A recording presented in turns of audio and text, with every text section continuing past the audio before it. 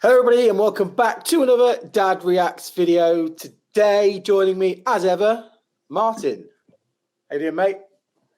Sore. Very Sore? very sore. Was it Davidoff's night? Oh, mate. He worked me hard. Yeah? Yeah, followed by the other 6 guys. Oh, was it like a train? Where's your mind going now? It's 7-a-side football. All right. Don't know what you're trying to imply, boy. You good there, mate? Yeah? All good, bro. You? Yeah, fab. What are we reacting to today, Martin? Well, we are reacting to the, I would say, somewhat surprising news from FINA that came out yesterday or Sunday night of transgender women swimmers being barred from competitions by FINA. It's a really tough subject, isn't it, to discuss? Because it's something we've talked about before. Yeah. We touched on transgender swimmers and how was it fair? And yeah, Lia Thomas. Lia Thomas, yeah. And actually, the way that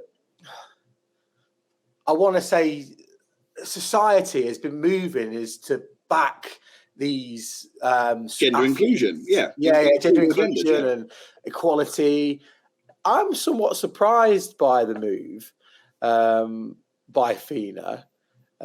Not saying that I don't disagree with it, because we talked about it before, and I think we actually said that there should be a category for these athletes, and the report suggests from FINA that they are going to have an open category. Yes, yeah. It's like I mean, the good thing about FINA is that they've said if you have had male puberty, if you've experienced male puberty, because, you know, let's be blunt here, in the sporting world, men dominate sport. Yes, 100%. And you can't argue it. You know, like we said before, wasn't it? The US women's team were beaten by a under 15-year-old boys team. Yeah. It's just the way it is, and it's you know. So a little on the story. So the decision decided by 71% of the vote of 152 national federations at the World Championships in Budapest followed a report from FINA, from a scientific panel, that found trans women retained a significant advantage over cisgender female swimmers. Who knew? Even after reducing their testosterone levels through medication.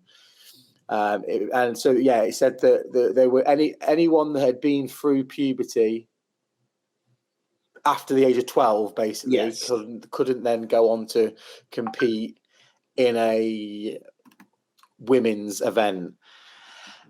I have to say, though, so the president of FINA, so I'm not actually surprised that it was a Muslim-led organization, because the president of FINA is Hussein Al-Musallam, and we know what Muslims' views on and their views, all their sort of things are. Let's not go down that conversation. Yeah, we're not going down there. But so actually, when I read, I was like, oh, I'm quite surprised by FINA. And then I read the president was a Muslim. I was like, oh, right. Yeah. I mean, okay, yeah. They're not the first governing body to stop this, though. No. World Rugby in 2020. Yes. Yeah.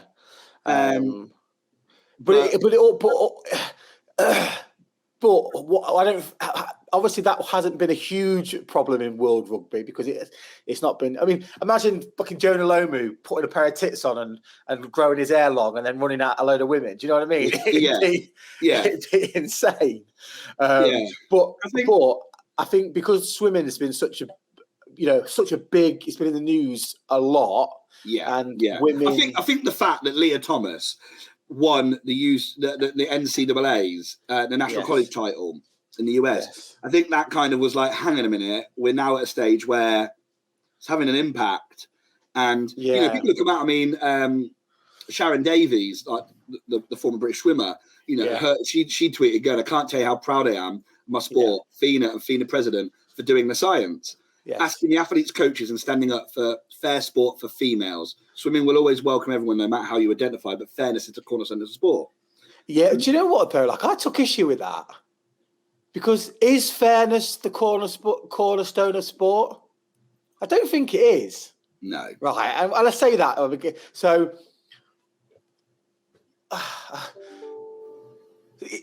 Sport isn't fair, right? No.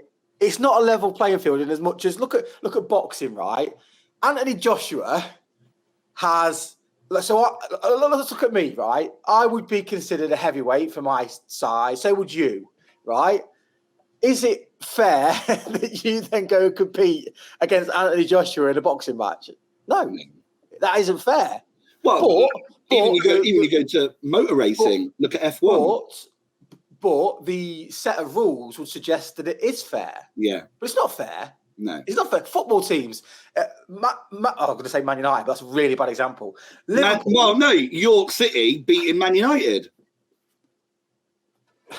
Liverpool would smash Lincoln City. It's the same game with the same set of rules. Yeah. Sport is not fair. No. I think so. I don't agree with what her sentiment there when she said. Yeah, it's tough. Fair sport. Yeah, I agree with you. Sport it's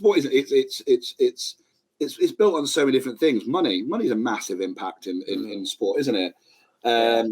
Who's got the best? But it's interesting to hear that a lot of other sports are now going to. I think swimming needed to be the. I know you said rugby did it first, but I think swimming has been the highest profile one. But I think people have been waiting, and now you hear Seb Coe's come out and said, "Well, athletics might actually now start to do it." So I think you'll start to see a domino effect of other sports going. It is. I understand it. I mean, I back it. I'm going to be really blunt. I back it.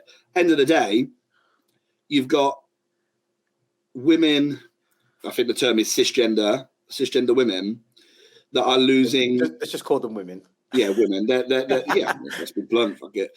Women are losing out to what are now women, but have a higher percentage of male. All the male advantages. Yeah. Male biological advantages. And that isn't fair, because like you said, all that's going to happen, what? It just started. The problem is, though, right? And again, I'm sort of flip-flopping. Not that I don't agree with the decision. I do agree with the decision. I think it was the right decision because it hasn't been fair for these women who were born women competing against people that were born men. That's obvious. I mean, look. It actually says in the story about Lia Thomas and how she was a moderate male swimmer and now she's an elite female swimmer. So the advantages are clear, but they're going to introduce an open category, which again, I think that's a problem because what all you'll have there is male swimmers that were dominating the male category going, well, we'll just compete in the open category. So, are they going to go down the route and say open in the sense of man or woman, or are they going to go down the route and say open in the sense of open male, which means if you were a female competing as a male now, because you've gone through the process, and then open female, you were a man competing now as a female because you've gone through the process. No, but if you were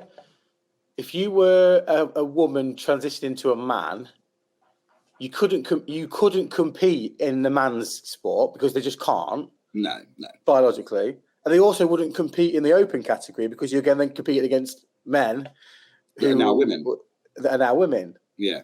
So I don't know how it could be possibly fair. There's a lot of loopholes and there's a lot of things to put into place. But I do think the open. I feel like, and again, we haven't been very clear on what open means. Yes. But I think just like you say, go and have 5 men go, I'm mid-table, I'm going to dominate the open point. Because and all you have to do, nowadays all you have to do is go, well, I'm non-binary, I'm a two-spirit person, I'm going to go swim in the open category. yeah and then go home to my wife and kids. Yeah. You know what I mean? Yeah, there's a lot of it's a clusterfuck, this whole it's like, what do you do? Or do you just say, unfortunately, sport isn't fair. It isn't. Look, I don't care what people say. Sport is not fair. Michael Phelps would kick my ass at swimming, and unfortunately, I'm just not able to compete with him. So do you just say it's men, women, biologically how you were born, and if you want to lob your cock off and stick some tits in, you're still competing against the men. Yeah, maybe. I don't know because what's going to happen is Lia Thomas will then compete in an open category. This is what I think would happen. Lia Thomas will compete in an open category against guys who are still men, who are non-binary or whatever they want to choose, and they'll beat her. And then you'll hear it. Then you'll this isn't fair. Yeah, well, that's it. That's the problem. Then it isn't fair. But then you got, let's be bloody blunt here. Country like Russia, they would happily have people become transgender, so they could compete and win in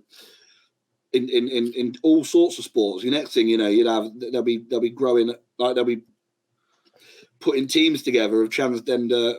Well, now men now to women, just to dominate football, world women's football, and all that sort of stuff. That's the kind of country that they'd do all that sort of weird stuff, just to boss sport.